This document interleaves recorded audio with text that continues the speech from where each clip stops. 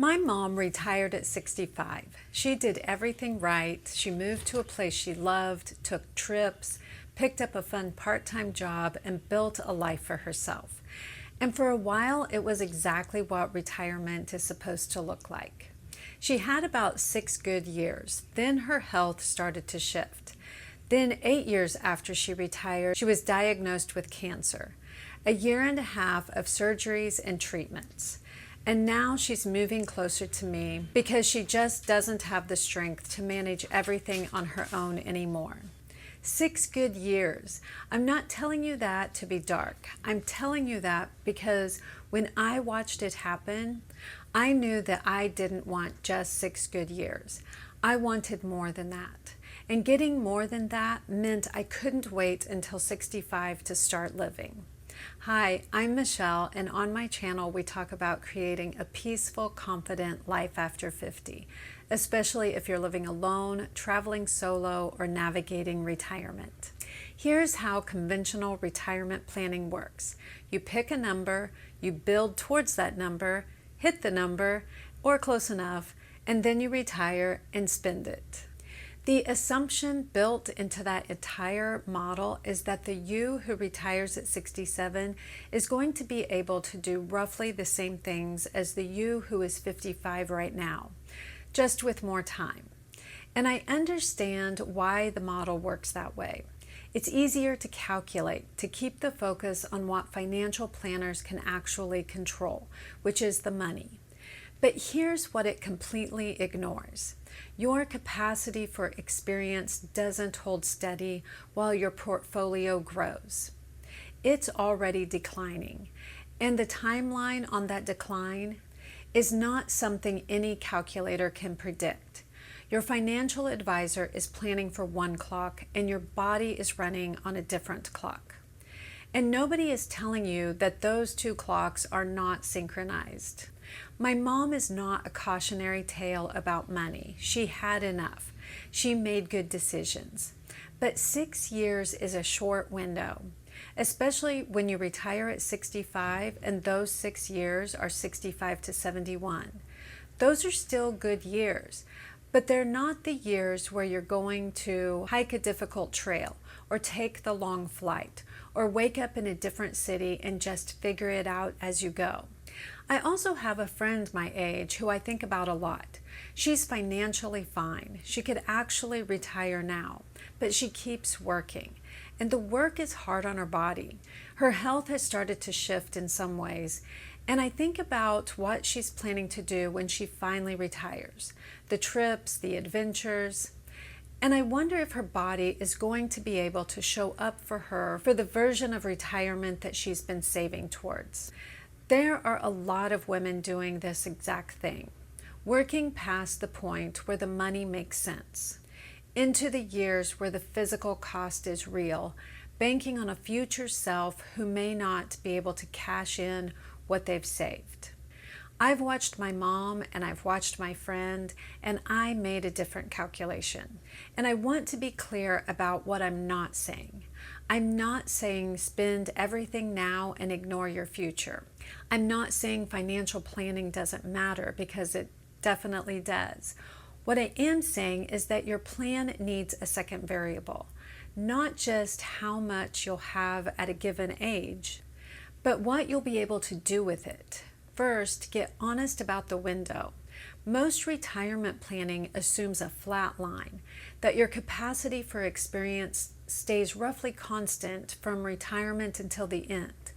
But that's not how bodies work.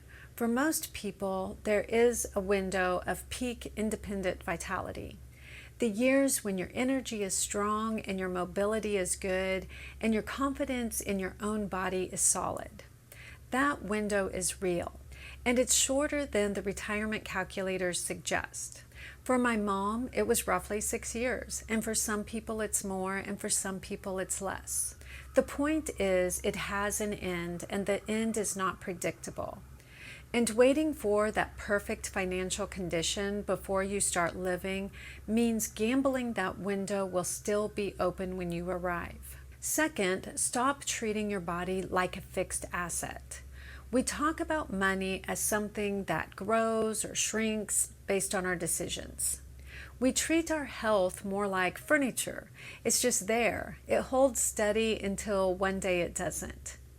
But your physical vitality is actually your most volatile asset. It's the one that's the hardest to recover once it's gone. A portfolio can come back from a bad year.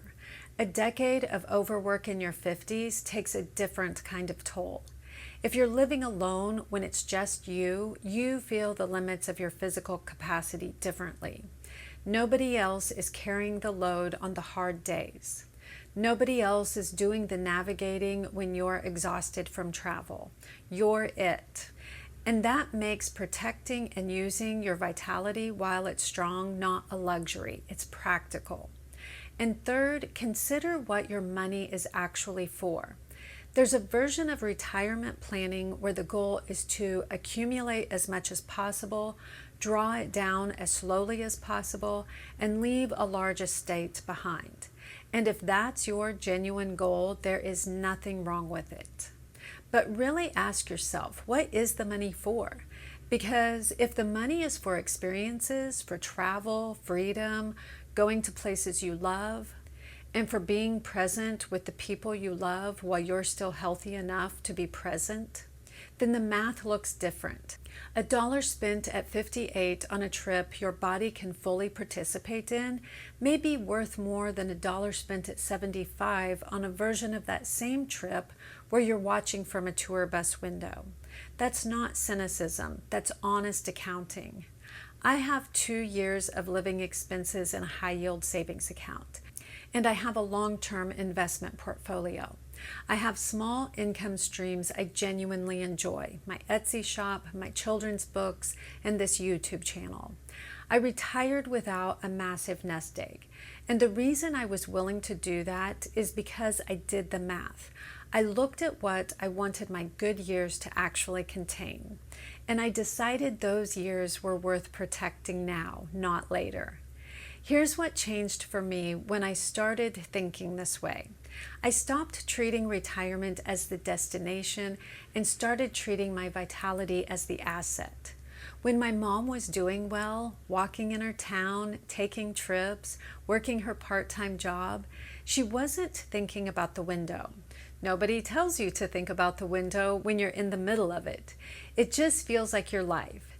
Now I think about it, not in an anxious way, in a clarifying way. When I take a solo trip, I'm not spending money, I'm spending from a different account. The one that doesn't have unlimited deposits. The one that matters more than the one at the bank. I walk every morning with my dog, not because I have to, but because I know that morning walk is a withdrawal from the finite account. And I want every one of those withdrawals to be conscious and deliberate. I don't want to spend my best years building towards a life I'll be too tired or too sick to live. I want to be honest about the limits of this way of thinking, because it's not universally right. If you genuinely need to take more time to reach financial stability, if retiring earlier would mean real financial insecurity, not just a smaller number than you imagined, then protecting your financial base has to come first. Peace in retirement requires enough money to not be afraid. If you're in a job that you love, that doesn't drain your body, and that gives you genuine energy and purpose, then working longer may not be costing you what I'm describing. Not all work is the same. Some work is life-giving. If yours is this, the math looks different. And if you have dependents, caregiving responsibilities, or people who genuinely rely on your income, that changes the calculation in real and important ways. This conversation is for the women who are financially close enough to retire, but are waiting for a bigger number, a rounder milestone, a more certain feeling. It's for the ones who are staying in the hard jobs that are costing them physically because they're too afraid to stop. My mom did her best with what she knew. She had good years, and I'm grateful for every one of them. She is still here, and she's still herself. But watching her window close changed how I think about my own. You're not going to get more healthy years by waiting. You're going to get more years, but they will not all be equal. And the plan that ignores that is not a complete plan. If you knew you had 6 good years left, what would you do differently starting now? Thank you so much for watching.